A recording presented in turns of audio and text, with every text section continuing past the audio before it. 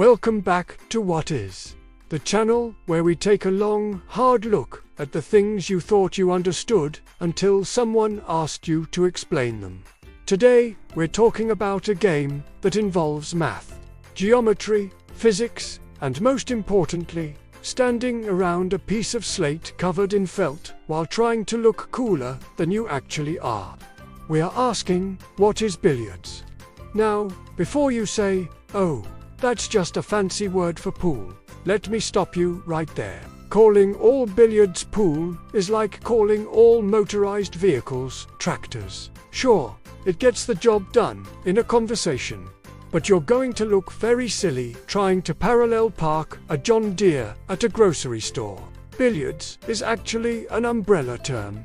It's a family of cue sports played on a rectangular table with a set number of balls and a long stick called a cue. But how did we get from hitting rocks with branches to the highly polished, professional world of trick shots and hushed commentary?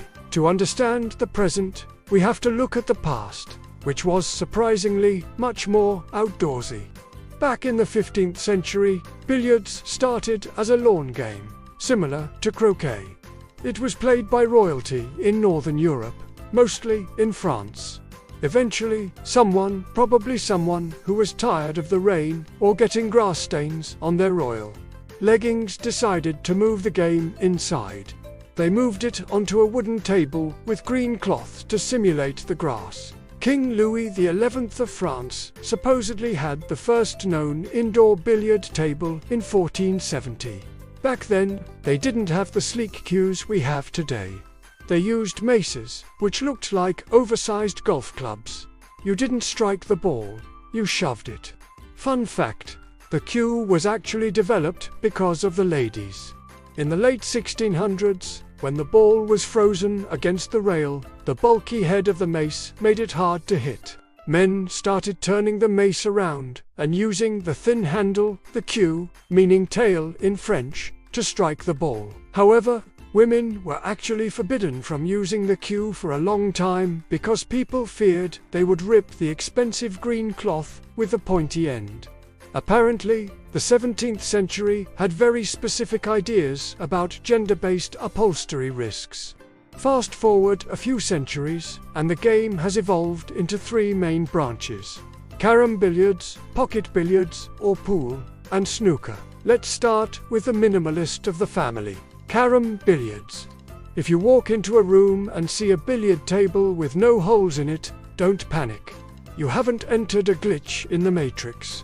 You're looking at a carom table. It's typically larger than a pool table, and it's heated. Yes, the slate is heated to keep moisture out of the cloth so the balls roll faster. In carom, you usually have three balls: a white one, a yellow one, and a red one. The goal isn't to sink a ball, because, again, there are no holes, but to hit your cue ball so that it strikes both of the other balls in a single shot. This is called a carom. It's basically high-speed geometry. If you want to feel like a mathematical genius while wearing a vest, carom is your game. Then, we have the most popular sibling, especially in North America, pool. Why is it called pool? Because, in the 19th century, pool rooms were places where people went to bet on horse races. To pass the time between races, the owners installed billiard tables. Eventually, the pool of money being bet became synonymous with the game played on the tables. Pool is played on a table with 6 pockets. You have the classic 8-ball, where you try to sink all your stripes or solids before the black 8-ball. Then there's 9-ball, which is faster, more aggressive, and involves hitting the balls in numerical order. Pool is the blue jeans of the billiards family. It's approachable, it's in every dive bar, and it's responsible for more "I bet I can make this shot" moments than any other sport in history. And then, we have the final boss, snooker. Mainly popular in the UK and Commonwealth countries, snooker is played on a massive table, 12 feet long. The pockets are smaller, the balls are smaller, and the rules are complicated enough to require a PhD. There are 15 red balls and 6 colored balls. You have to pot a red, then a color, then a red, then a color. If pool is a game of checkers, snooker is grandmaster chess played across a canyon. It's a game of ultimate precision. Watching a professional snooker player is like watching a surgeon.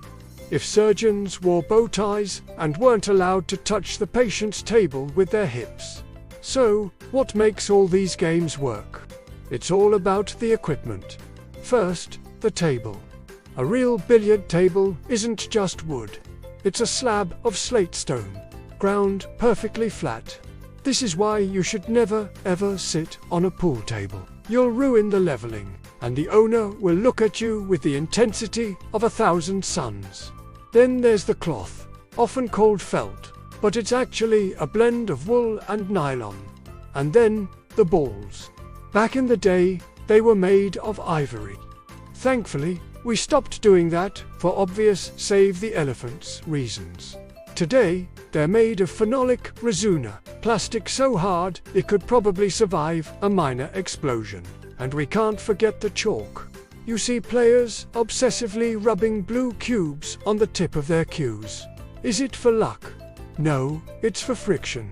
Without chalk, the smooth tip of the cue would just slip off the smooth surface of the ball, resulting in a miscue, the billiards equivalent of tripping over your own feet in front of your crush.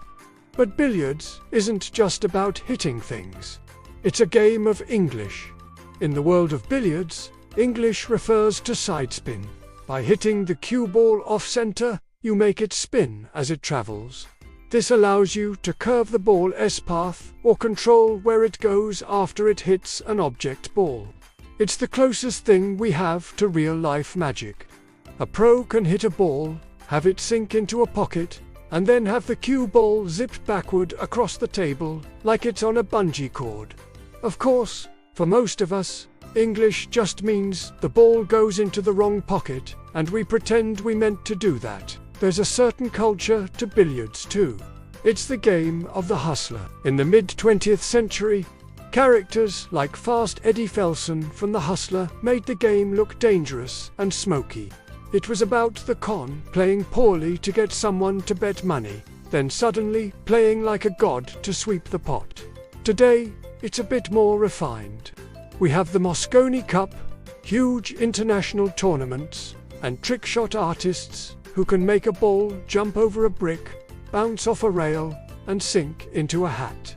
So, what is billiards? It's a 500-year-old tradition that moved from the lawn to the lounge. It's a test of patience, a lesson in physics, and a great way to lose $5 to your uncle at Christmas. Whether it's the pocketless elegance of carom, the high-stakes speed of pool, or the grueling precision of snooker, billiards is about one thing: control. Controlling the balls, controlling your nerves, and trying to ignore the fact that the table is slightly tilted to the left. Next time you pick up a cue, remember, you're not just hitting a ball, you're participating in a royal pastime that's survived revolutions, world wars, and the invention of the internet. Just try not to rip the cloth. Thanks for watching this episode of What Is. If you enjoyed this deep dive into the world of cues and cushions, make sure to hit that like button.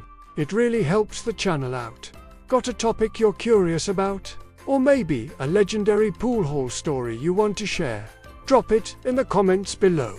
And don't forget to subscribe and hit the bell icon so you never miss an explanation of the world around you. Now, if you'll excuse me, I have a date with an 8-ball that I'm definitely going to miss. See you next time.